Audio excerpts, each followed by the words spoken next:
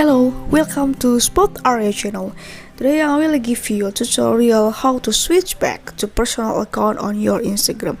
Before it, don't forget to don't miss of any our videos. Don't forget to like, share and subscribe to this channel. And okay, let's to start it. First, we click the application of Instagram here. After that, you click the button of symbol, click 3 of the stripe, click settings.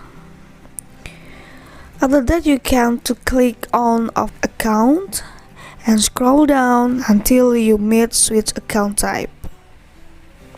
Click here and click to personal account.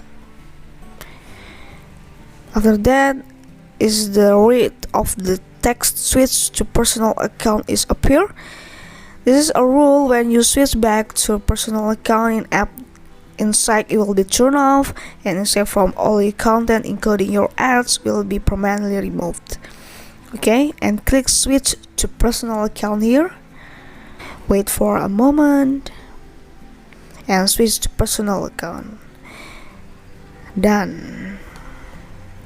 Okay, this is a tutorial how to change or switch the business account or a creator account to the personal account, and I hope this video is useful for you and thank you.